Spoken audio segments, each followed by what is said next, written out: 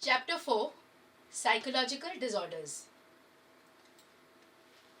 Students, in this particular chapter, we are going to understand abnormal behavior and the various types of disorders due to which a person is called as abnormal or away from normal. The word abnormality literally means being away from normal, which means there is some kind of difference or deviation from clearly defined standards and norms. Although there is no ideal model or a normal model of human behavior in psychology, but we have different ways by which we have defined the behavior as being away from normal. In this context, I would like to highlight the 4 Ds of abnormality: deviance, which means being different, extreme, bizarre, or unusual. Distress, something which is unpleasant, which is quite upsetting to the person and to the others. Dysfunction, it interferes with the daily activities. And danger, dangerous to the person as well as to the people who are living with the person. So these are the 4 Ds which characterize abnormality: deviance, distress, dysfunction, and danger. Approaches to abnormality. The first approach says that abnormal behavior is a deviation from social norms. Abnormal behavior where thoughts and emotions are quite different from that of the society. As we have studied earlier, that every society has certain social norms, which are unspoken rules of behavior or conduct, and if a person breaks these societal norms, he is considered to be abnormal. For example, a certain society has its own culture, values, and institutions. In a society which accepts aggressive behavior, aggression cannot be considered as abnormal over there. In contrast, in a society where aggression is unacceptable, it is considered as a deviation from social norm. Second approach says abnormal behavior is maladaptive. The word mal means bad, adaptive means to be able to accommodate oneself to the situation. So maladaptive, according to psychologists, is the best criteria for determining normality of the behavior, whether the society accepts it or whether it is for the well-being of the person. Coming to the concept of well-being. I just spoke about the term well-being right now. What is well-being? Well, well-being does not mean that purely you are at good maintenance or you are able to survive in the society. It involves complete growth and self-fulfillment. That is actualization of potential as highlighted by Maslow. Next we come to the classification of psychological disorders. Psychological disorders have been classified by these 2 groups. One is the Diagnostic and Statistical Manual given by American Psychiatric Association, that is DSM-5, and the other is International Classification of Diseases, which has been given by the World Health Organization. Now let us come to DSM-5. The DSM-5 presents clinical criteria which indicates the presence or absence of disorders. Whereas the ICD-10, which is prepared by WHO, the description of the main clinical features and of the other associated features is provided in this particular scheme. Models of abnormal behavior or the factors underlying abnormal behavior. What are the causes? The first one is the biological factor or the biological model. Under the biological factor, various things like genes, malnutrition, injuries, and other conditions interfere with the normal development of the human body and play a vital role in determining abnormal behavior. According to this model, abnormal behavior is biochemical or has a physiological basis. Children, in chapter 3 of class 11th, you learned about neurotransmitters. Neurotransmitters are those chemical substances which are released when the electrical impulses reach the end of a neuron. Now, it has been noted that the abnormal activity of the neurotransmitter gamma aminobutyric acid, or GABA, it causes anxiety disorder. Schizophrenia is caused because of high level of dopamine, and depression is caused because of low level of serotonin. Genetic factors have been linked to bipolar disorders, schizophrenia, intellectual disability, and other psychological disorders. Well, it is interesting to note that no one single gene is responsible for a psychological disorder. Rather, it is a combination of various genes who help to bring about various behaviors like emotional reaction, both functional as well as dysfunctional. Psychological factors or psychological models. Under this, we have psychodynamic model. The basis of this model has been already indicated in chapter 2 by Sigmund Freud, who said that unconscious is a reservoir of unfulfilled desires and conflicts. Freud said that the personality is shaped by id, ego, and superego, and abnormal behavior is an expression of unconscious mental conflicts. Second is behavioral model. Both normal and abnormal behavior are the result of maladaptive ways of behaving. We have learned various theories like classical conditioning, operant conditioning, social learning under behavioral model. Cognitive model. People hold certain kind of assumptions which are irrational. So that illogical way of thinking is the cause of abnormal behavior. This is the base of cognitive model. The humanistic existential model believes that human beings have a natural tendency to be friendly, cooperative, and constructive, and to strive towards fulfillment and growth. If the people are unable to find the right meaning of their life, in that case, it can lead to abnormal behavior. Next category of model is socio-cultural model. As the name indicates, it includes both social as well as cultural factors. And an individual's behavior can be best understood in terms of these factors, like your family pattern, the communication within the family, the conditions of the society. They become very, very important. Those children who have been reared in a family where everybody is interfering in other person's activity have a very difficult, they have a lot of difficulty in becoming independent in life. And the broader social networks in which people operate also include their social and professional relationship.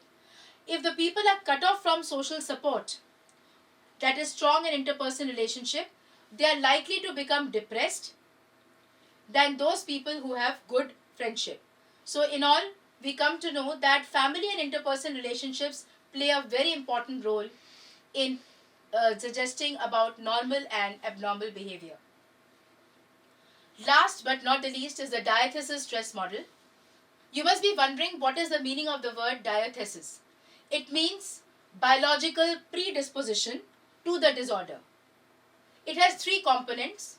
The first one is the presence of a biological aberration or a biological problem. This biological problem makes the person vulnerable to develop the disorder and puts him at risk. The third component is the presence of pathogenic stressors. Pathogenic stressors are those that can lead to psychopathology. Students, it is the time to understand the major psychological disorders. Let us start with anxiety disorders. Each one of us experience anxiety in certain circumstances of life. As students, we experience anxiety while we are taking an examination, or when we want to apply for an interview, we have to face an interview, we are applying for a job. At that point of time also, we face anxiety. So that is a very normal fear. But why is this anxiety known as a disorder? Well, anxiety becomes a disorder when it interrupts or intervenes in the normal situations of your life and completely disturbs your day-to-day activities. So this indicates the presence of an anxiety disorder. What is anxiety? Anxiety is defined as a diffuse, vague, very unpleasant feeling of fear and apprehension. The symptoms of anxiety, as you are all aware, is rapid heart rate, dizziness, diarrhea, loss of appetite, fainting, etc. Let us understand the classification of anxiety disorders. The first type of anxiety disorder that we are going to study here is generalized anxiety disorder. Generalized anxiety consists of prolonged, vague, unexplained fear that are not attached to any particular object. Such people are very, very apprehensive about the future. Here, I would like you to focus upon a term which is called hyper-vigilance. As you know, the word vigilant means being alert. Hyper-vigilant people are too much alert as they constantly scan the environment for danger, due to which there is a motor tension, he is unable to relax, he is constantly going and checking the balcony whether the door is closed or not, he is restless, shaky and tense. Panic disorder. Panic consists of recurrent anxiety attack in which the person experiences terror. There is a sudden surge of intense anxiety which reaches to a peak when the thoughts of a particular stimuli are present. Such thoughts occur in an unpredictable manner. It is indicated by the symptom of dizziness, trembling, palpitation, chest pain, discomfort. Phobia. You must have seen that certain people have a fear of height, they have a fear of enclosed spaces, there is a fear of animals, there is a fear of entering into a new situation. So what is phobia? Phobia is an irrational fear which is related to specific object, people and situation. It can be grouped under three headings: specific phobia, which is the most common type, like fear of an animal, fear of an enclosed space, and incapacitating fear and embarrassment, while dealing with the other people is known as social phobia, the alternate name being social anxiety disorder. Agoraphobia. This is the term used when the people are not able to enter an unfamiliar situation. There is a lot of fear there.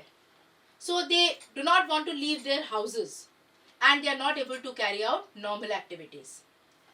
Separation anxiety disorder is another type of anxiety where they are fearful, especially when they are separated from their near and dear ones or the figures to whom they are attached. Children usually develop separation anxiety disorder when they are fearful of missing the company of one of the parents. They have a lot of difficulty in staying in a room all by themselves, and that means there is some kind of problem in their development which is not appropriate. So they are unable to enter the new situation. They cling to their parents. To avoid separation, such children, they create a lot of fuss and they throw a lot of temper tantrums, and they even indicate suicidal gestures. So this completes your anxiety disorder. Coming to the next category of disorder, which is obsessive, compulsive and related disorders. You must have heard of the word obsession and compulsion. So what is obsessive behavior? Such people are preoccupied with a particular idea and topic, and they find these thoughts very unpleasant and shameful. Compulsive behavior. Compulsive behavior is the habit of conducting a certain behavior or activity again and again, like constantly counting, washing one's hands, thinking that it is completely dirty, then checking again and again. Other disorders in this particular category include the hoarding disorder, the trichotillomania disorder, which is hair pulling, and the excocreation disorder, which is skin picking. After this, we will come to the trauma and the stressor related disorders. The next category of disorders is trauma and stressor related disorders. We have come across this word stress in chapter 3, and also we have come across the word trauma in chapter 3. Trauma means a sudden shock. A shock can, a person can come across shock either through a natural disaster, or the person could have been a victim of a bomb blast or a serious accident, robbery, etc. So it causes post-traumatic stress disorder. Post-traumatic stress disorder, the person experiences flashbacks, recurrent dreams, nightmares. He is not able to concentrate, and there is emotional numbness. That is, he becomes emotionally insensitive. Adjustment disorders and acute stress disorder, they are also under this particular category. Next is somatic symptom and related disorder. These are conditions where there is a physical symptom in the absence of a physical disease.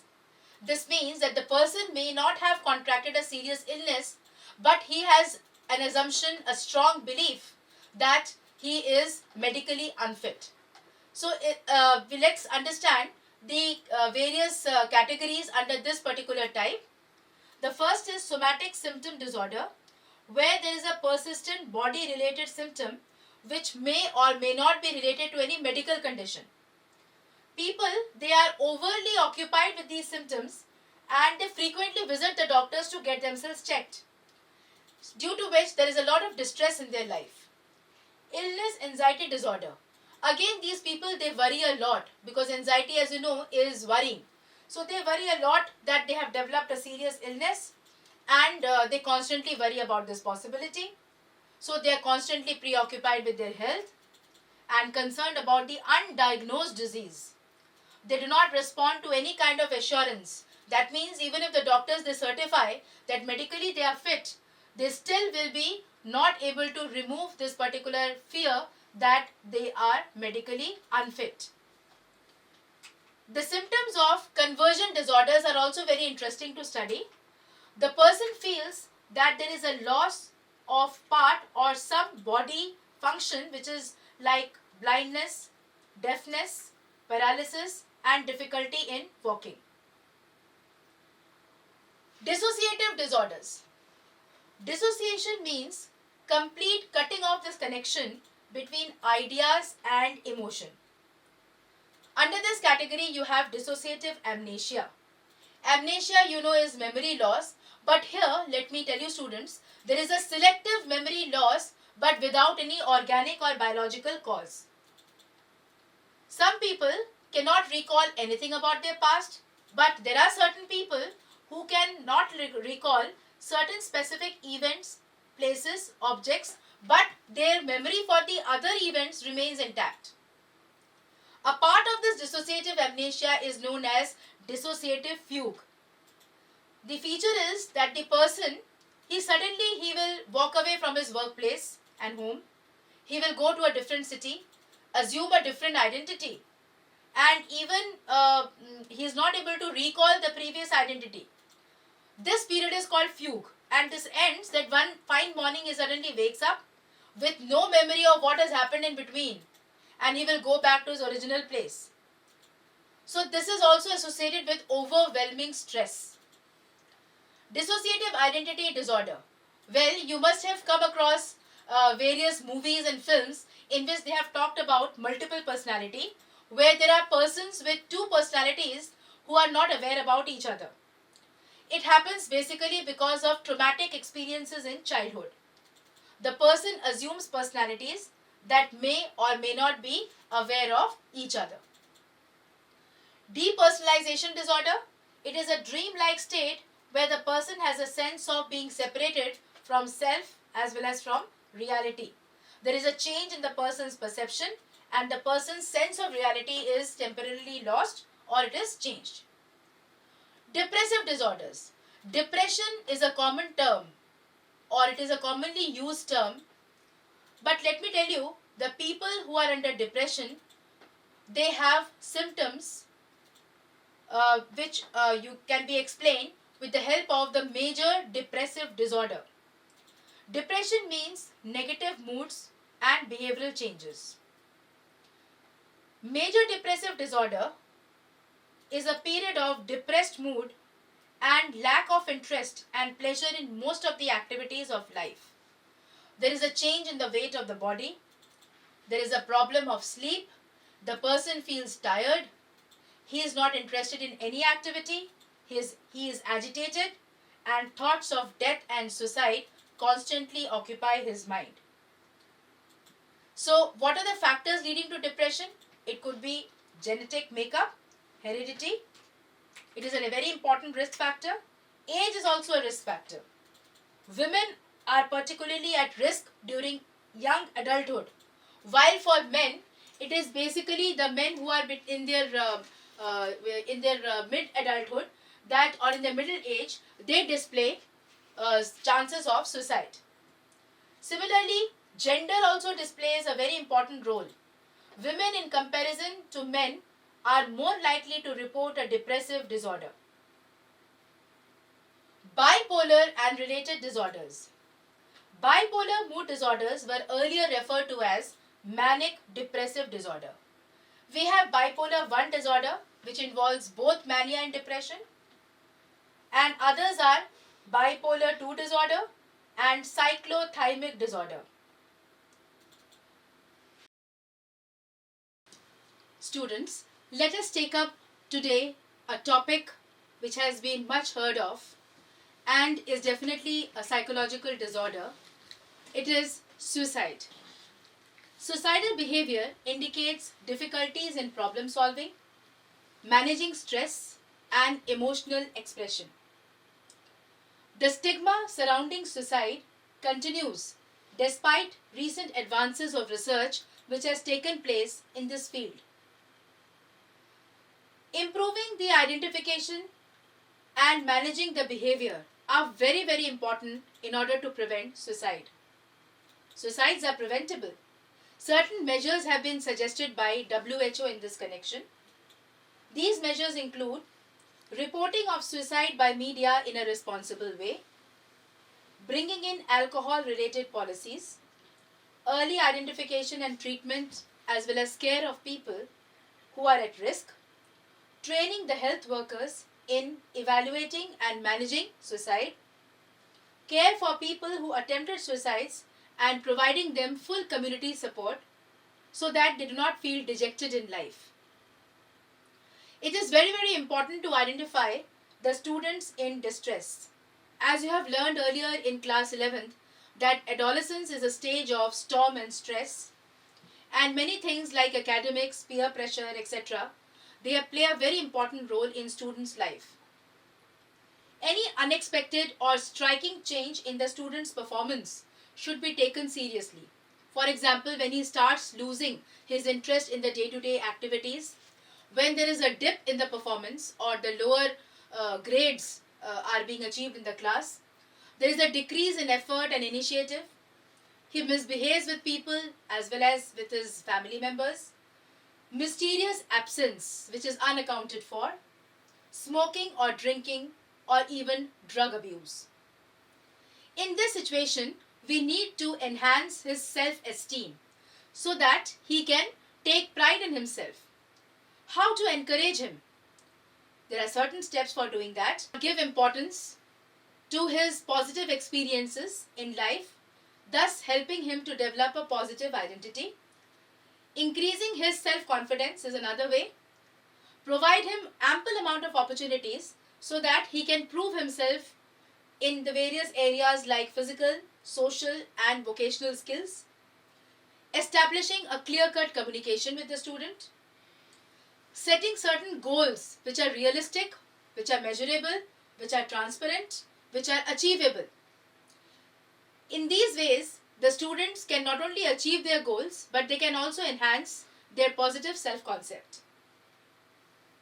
The next psychological disorder that we are going to take up here is schizophrenia. Well, schizophrenia falls under psychotic disorders. We have heard this term psychoticism in Ising's third dimension of personality, if you recall. There is a deterioration of personal, social, and occupational functioning. That means the person's personal functioning as well as functioning in the social sphere, as well as in a certain occupation gets completely impaired or deteriorated. Let us understand the symptoms of schizophrenia. As you can see from the web chart, the symptoms of schizophrenia have been divided into positive symptoms, negative symptoms, and psychomotor symptoms. Let us take up these symptoms one by one. Positive symptoms.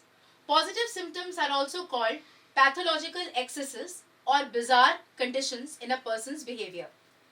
Positive symptoms have been further divided into delusions, formal thought disorder, hallucination, and inappropriate affect. Let me tell you students, delusion are also of various types.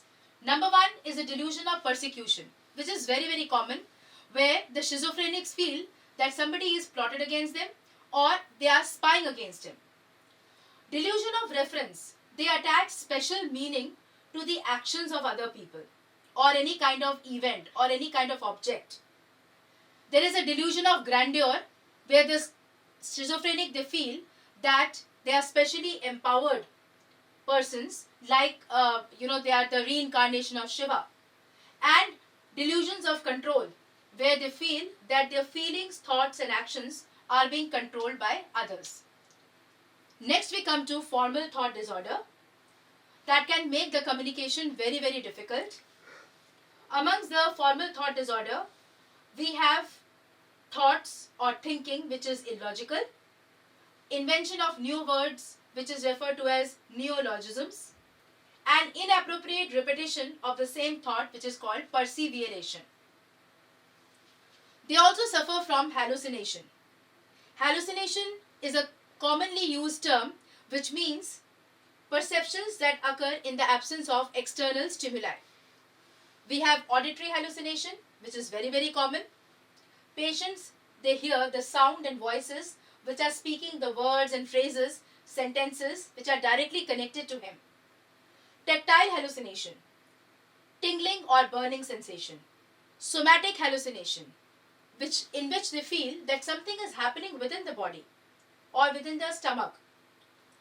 Visual hallucination, vague perceptions of color or distinct visions of people or objects.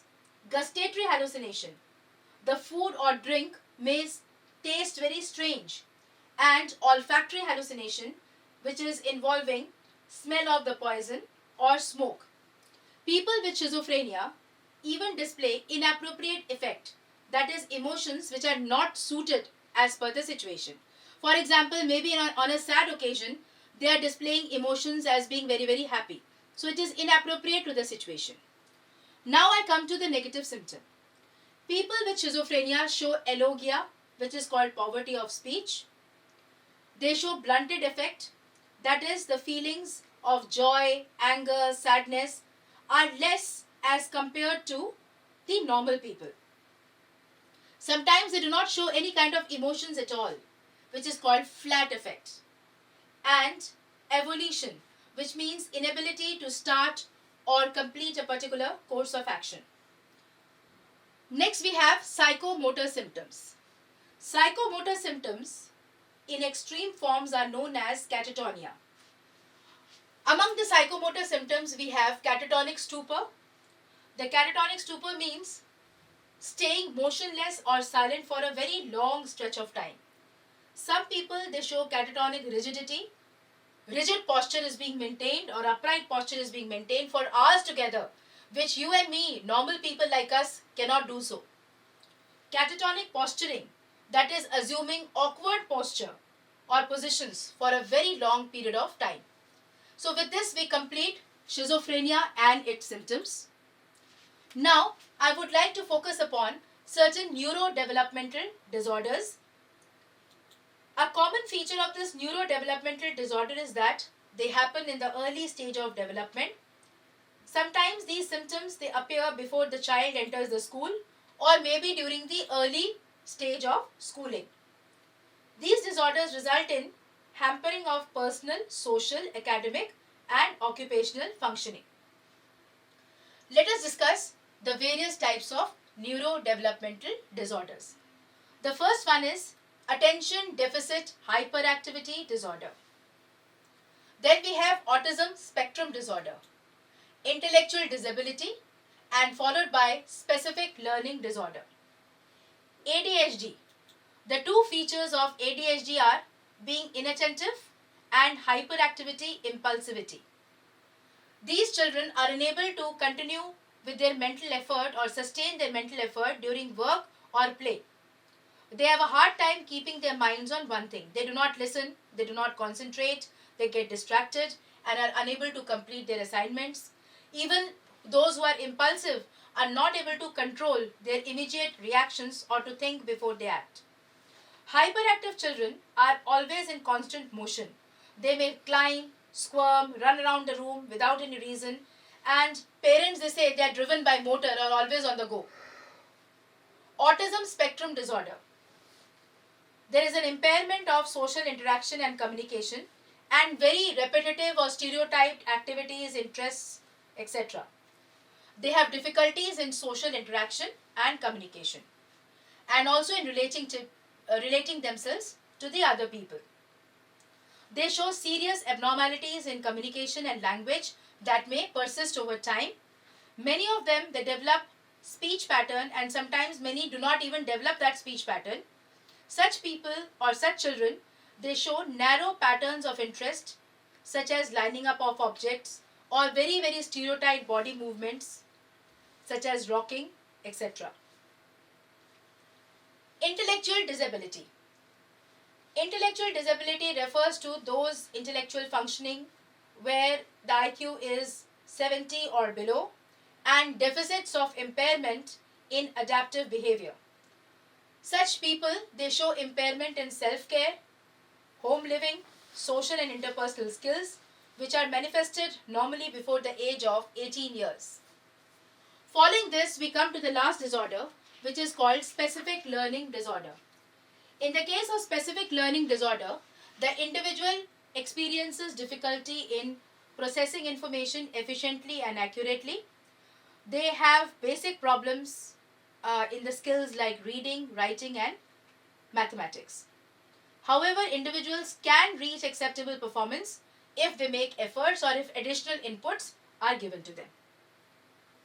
Next category of disorder is disruptive impulsive control and conduct disorder. Under this, we have oppositional defiant disorder, where the children who are having this disorder display stubbornness which is not appropriate as per their age. They are very hostile. They do not see themselves as angry or defiant and often justify their behavior as reaction to a demand. The terms conduct disorder and antisocial behavior also refer to actions and attitudes which are not appropriate as per the age or as per the societal norms, and the personal or property rights of others may be violated. The behaviors typical of the conduct disorder is referred to as aggressive action. Children, they show various types of aggression. Number one is verbal aggression. You must have seen children calling each other by names or abuses. Physical aggression, where children hit and fight each other. Hostile aggression, which is always carried out with the intention of causing harm or injury to the other person. And proactive aggression. Well, this is very interesting, as these people, they dominate and bully others even if they are not provoked. Feeding and eating disorders. Another group of disorders which is prevalent among young people is the eating disorder. The first one is anorexia nervosa. Well, everybody loves zero figure. So such people, they starve themselves in order to remain thin. They often refuse to eat. They exercise compulsively. And they may also lose large amounts of weight and even starve themselves to death. Bulimia nervosa. The individual may eat excessive amount of food and then take a medicine or a laxative in order to purge that out of his system, because he feels disgusted and ashamed when he binges and is relieved of tension and negative emotions after purging it out. Last but not the least is the binge eating, which is frequent episode of out of control eating. Now let me tell you children, in case of this intellectual disability, you may refer to the table on page number 85, which gives the characteristics of individuals with different levels of intellectual disability. The last set of disorders that we are going to take up as per our syllabus is substance-related and addiction disorder. Addictive behavior involves either excessive intake of high-calorie food resulting in obesity, or even the abuse of substances such as alcohol, cocaine, etc. Now let us understand the various categories under this. We have people addicted to alcohol who drink the large amount regularly and rely upon it because they want to come out of difficult situations. Eventually, the drinking interferes with their social behavior and they are unable to think and work, and simultaneously it affects their family life as well. It has destroyed millions of families, social relationships and career. The children have high rate of psychological problem, particularly anxiety, depression, phobia, if they see their parents indulging in alcohol addiction. The next type of addiction that we are going to take up is the addiction to heroin. Heroin is basically a drug that interferes with social as well as occupational functioning. Most of the abusers, they develop dependence on heroin, revolve their life and then build a tolerance for it, thus experiencing a withdrawal reaction. Withdrawal reaction will be a sudden contraction in the stomach once they stop the intake of heroin. Cocaine. Regular intake of cocaine may lead to pattern of abuse where the person may be intoxicated throughout the day and has a poor social relationship. It causes problem in memory, that is short-term memory and attention. Dependence may develop so that cocaine dominates the person's life and more of the drug is needed in order to get that desired effect, and stopping it may result in the feelings of depression.